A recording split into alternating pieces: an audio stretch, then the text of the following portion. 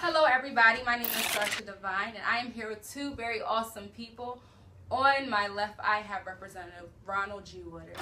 I have Dawan Williams, and these two young men have done some very awesome things, and we're just going to talk to them briefly and we're going to get to know them a little bit more so we can be better people.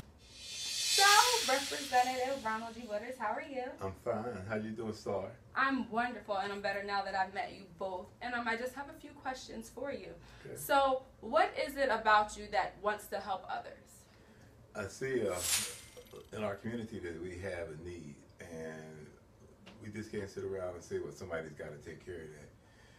If you spot it and it's right in front of you, then that means that it's your responsibility to act on it. So I'm trying to act on it in some kind of way and to see how we could affect change. And I ran into some incredible men up at SCI Graterford, a maximum security facility. And when I was up there visiting the Lifers Association some years ago, and I've been working with them ever since. And they, because of their own life experiences, have a story to tell. And we got involved with seeing how we could help get that story out into the community so that we could prevent people from following into the footsteps that led to their incarceration. And a lot of other programs have evolved out of it. And the latest and the greatest program that has evolved out of it is the F.A.C.T program, Fathers and Children Together. Mm-hmm. Absolutely. Now the F.A.C.T program is an extraordinary program because there is a lot of disconnect when you have the father away in prison and the child is out and they literally do whatever they feel like doing. So how important is it for young people to know about this program as well so they don't have to necessarily follow in the footsteps of their fathers or mothers? It is very important. There is a group out there who has determined that we could measure or calculate how many prison cells need to be constructed based on third grade reading scores and math scores. So if they could come up with their estimation, then we need to come up with a plan to counteract that. Mm-hmm. and who could better serve that purpose than fathers, right. Playing active roles in their children's lives. And because of the likelihood of a person, of an incarcerated parent, being 7 times more likely to go to jail than another person, then why not go and get these guys who are the parents of children to see how they can save their children and teach them what social pitfalls to avoid. Wow. And that's so very important to happen, and it's really awesome that you decided to take on something like this and be a part of it, because so many people don't want to deal with it like prisoners. That's like dirty work, but it's really amazing when you see everybody as being equal and we all need to have a chance. So this F.A.C.T program is awesome. And speaking of F.A.C.T, we have a representative of the F.A.C.T program, and do you mind telling us how you guys connected and met with one another? Well, sure. This gentleman to your right has we met him through the F.A.C.T program up at SCI Graterford. He signed up for the program because he has children who are in the street, mm-hmm. of not in the street literally, but live in Philadelphia, and so many men who have children but cannot have a direct relationship with them as a free man could, wanted to see how they could best still interact and bond with their child even from where they were. Mm-hmm. And this young man who volunteered to sign up, like all the men there who signed up, all volunteers, and because he didn't have like a bad record, because child safety is the #1 priority, we wanted to make sure that the men who signed up could pass the requirements with the Department of Corrections as well as the standards that I have. And fortunately, there's a lot of men out there who do qualify, but how many of them are willing to step into the plate? This young man over here was one of the ones who was willing to step into the plate and said, I want to reconnect with my child. And he could tell the story about how he never had that relationship the way he has it now prior to that, because when he went away, the mother was pregnant, so during the whole time of his incarceration, he never had a chance to really have that one-on-one relationship like he was able to get through the F.A.C.T program. So Dawan, in case his mother is listening. She will be tuning in. So it's Dawan Williams. Dawan Williams is one of the gentlemen who stepped up, and we found out that a lot of people, even though they have ended up inside the walls, a lot of them are already ex-offenders in their way of thinking. Mm-hmm. They have changed, they have transformed, and they're different than the person who committed the event that was involved with the event that sent them to become incarcerated. And we want to help them because we know that 90% of the people who are incarcerated in the state of Pennsylvania will be returning back to society. And we want to prepare them while they're still incarcerated so that their reentry back home, the return of the missing men, will be successful. Absolutely. I really, really do appreciate your time, but I have one more question for you. More so of a statement, if you could give it now. What is something encouraging you can say to a young person just to help them throughout their day? Well, I would like to tell them that they have to believe in themselves. Mm-hmm. The society won't necessarily promote that, but they have so much to give. They possess so much God-given talent that many times that gets smothered by a whole lot of other unnecessary activities that's going on and other negative influences.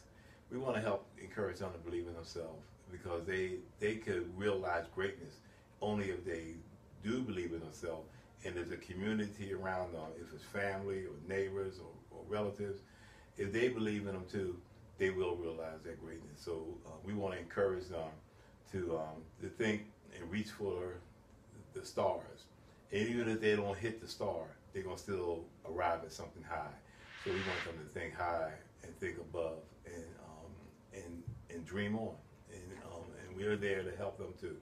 Absolutely. Oh my goodness, that was absolutely wonderful. I appreciate your time. Thank you very much, sir. Thank you, Star. I also want to thank this brother, man, nationally, man, for throwing me a lifeline while I was behind that wall, going through that incarceration, man. This program really opened my eyes and changed my mindset, and also for providing the platform and the support system that you've provided since I've been home from incarceration, because that's really important. A lot of brothers are returning home to society from incarceration and don't have a support system. And you and your staff and this initiative that we're part of really rolled out the red carpet for me, brother. And I just want to thank you nationally. I want to thank you because you are evidence that even from a person making a mistake, that they deserve a second chance. So we want to thank you because you're proving that to be correct. Thank you for what you're doing. No problem, bro. Thank you, too. So again, I am here with Dawan Williams, and we're going to talk a little bit about himself and what he's been going through with the F.A.C.T program and how successful it made him in his coming home. So, Dawan, how are you? I'm good. How about yourself? I'm well. Just introduce yourself to Encouraging Nation Station. Forgot to say that. This is Encouraging Nation Station, and we have some very, very important people that we are interviewing today. We just finished interviewing Representative Ronald G. and that was very awesome. And now we're going to interview Dawan Williams. So, tell the people about yourself. My name is Dawan Williams. I'm currently just returning home from 10 years of incarceration. I just left SCI Graterford about 30-40 days ago on a Monday morning, October the 6th, 8:37 a.m. And I was involved in a program behind the wall called F.A.C.T. Poster you see behind me. F.A.C.T stands for Fathers and Children Together, and it was a program spearheaded by State Representative Ronald G from the State Representative out of West Philadelphia, 191st Legislative District, and it's geared towards reconnecting incarcerated fathers back with their children. And the amazing thing about that is when you do have people locked away, you don't necessarily, we won't say that it's forgotten, but you don't necessarily think about the child and how they're feeling. So you have them acting out and doing things that necessarily aren't things that they should be doing. So as you were a child, did you have to experience anything like this? Absolutely. My father wasn't incarcerated, but he wasn't there. He never was there. I know who he is, but I don't have any precious memories of my father. And it caused me to act out. It caused my brothers to act out. And this program is geared towards fixing that, you know, and letting the fathers know that, you know, we messed up and we have to play a more active role in our children's lives. Absolutely. And when you say a more active role, can you tell them exactly what that entails? Because people can say, okay, I'm active. I actively go to the mall, pick them out some Jordans. I actively go take them to get the latest game. You know what I'm saying? People don't exactly know what it is to be a father. And that's what's so important about this F.A.C.T program, because it does give you those tools. I don't know if you can see behind me, but those elements that you need in the relationship, which is caring, you need honesty, you need to have a role model, and you definitely need to be supportive. You have to have a mentor, you have to have education, an educator. You have to have nurturing, you have to have lovingness and kindness. You need to have those types of things, and when those things are missing out of the element of a relationship with father to child, child to mother, then that's when you do get those instances when people go crazy. Absolutely. So, what do you think would be something that you could tell a person or a child that is going through something like that? Okay. To the fathers, you know, children of incarcerated parents are 7 times more likely to become incarcerated themselves, meaning that a lot of the fathers that are behind bars, behind that wall, you know, is 7 times more likely. There's a 70% chance of, you know, their children, you know, following that pipeline to prison, you know. And I would encourage the fathers that it's more to being a father than buying sneakers, you know, coming past the house, dropping off money.